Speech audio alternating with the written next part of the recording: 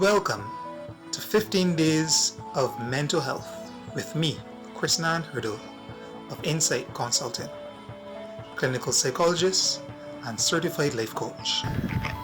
I just thought in light of the situation going on at the point of this shooting of this video, I thought I would address the issue of grief and loss at this time. You know, we've had a number of losses in recent times here in Barbados. And if you are someone who is mourning a loved one who has passed at this time, first of all, you have my sincerest and deepest condolences. I know it's not an easy time, and it's, you know, loss and death is never an easy time. So you definitely have my support. My thoughts. As I said, grieving and loss is never an easy thing, but it's a process, and each person has to go through their own process, but there's a way to manage the situation and to cope so that you aren't always feeling a sense of despair, you're always feeling a sense of, in some cases, darkness or hopelessness. So, first thing is to find an opportunity, a safe space to express your emotions. It's important to understand and identify your emotions at a time like this.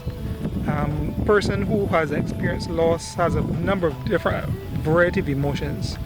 Anger, frustration, maybe some feelings of guilt. And with all, you know, happiness might come in, sadness, etc. With all the different sense of responsibility, even. With all the different emotions, the mishmash of emotions, as we say. It's important to identify them, find a safe space to express them and let them out. But on a day-to-day basis, it's important to identify what we're feeling. You know, sometimes we have emotions and we don't quite know what we're feeling. We can't identify what the feeling is that we have. And it's at those points that we definitely need to, you know, name our emotions, as we say in emotional intelligence speak. And where appropriate, express them, let them out. Find a safe space, whether it's counseling or therapy or with a friend you trust, or maybe going out alone at the beach or taking a walk in quietness by yourself and getting those emotions out. Another thing that's important is maybe expressing certain thoughts that you had, maybe having conversations with the ones that you've lost. Conversations, you know, to kind of come to terms and also to bring come to closure with the situation. It's important to have those conversations. There are some real conversations you're going to have with people who might have been involved in the process, and whether it's medical persons or family members. You're going to have physical, real conversations. Then you're going to have replacement or imagined conversations in your mind, even out loud, with persons to get those feelings out. And you know, we always say, you know, remember the good times, remember the good times. That's important, to remember the good times. And remember what that person stood for, remember what that person brought to your life. And also remember causes that they fight for. Maybe there are times that, you know, there are activities you used to engage in. You want to sometimes return to some of those activities. Or maybe there are places that you remember them by. You can return to some of those places. However, you don't ever want to wallow in the despair, wallow in the darkness, in the deepness, in the hopelessness of the loss. There's a time where you will need to let those emotions out. There's a time where you need space.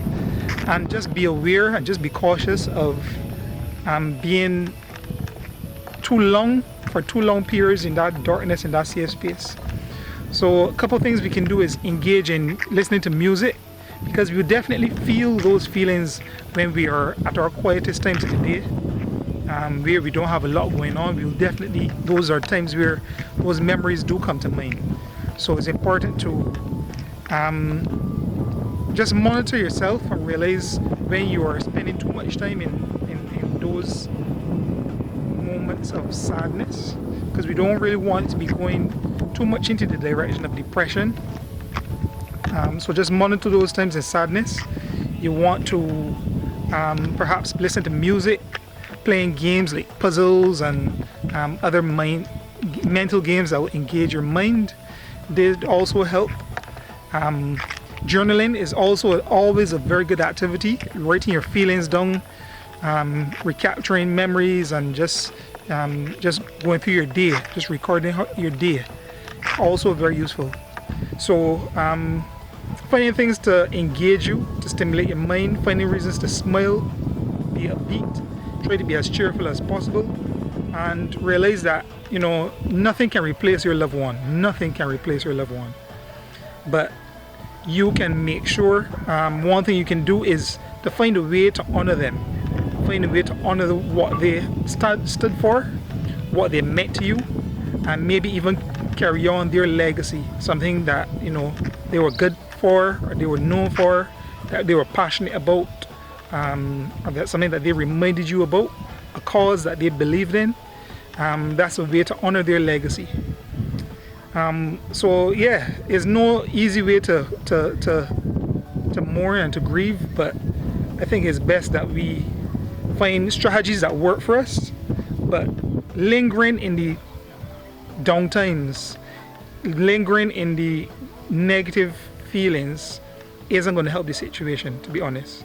And you have to realize that yes, there's a time to mourn, and you will need that time, but there's also a time you're going to have to monitor your emotions, make sure that you don't stay in those wallowing and in the depths for too long, because we don't want to go into depression.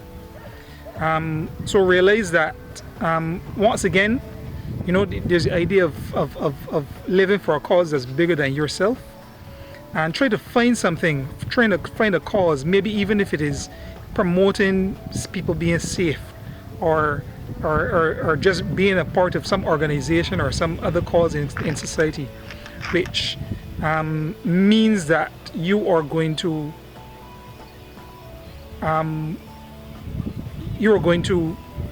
make that person's life mean something and worth something.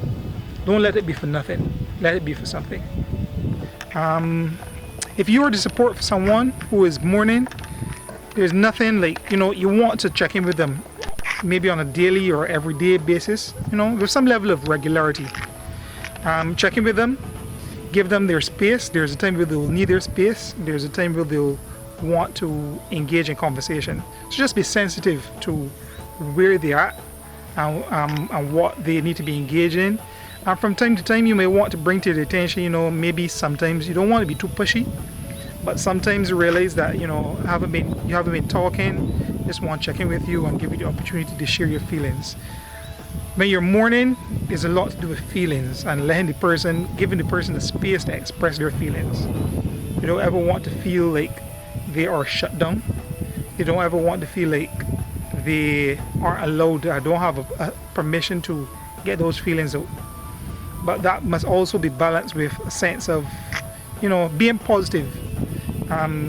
So balancing that and monitoring the grieving process, the grief process, with also being positive and optimistic and happy, finding happy moments to remember.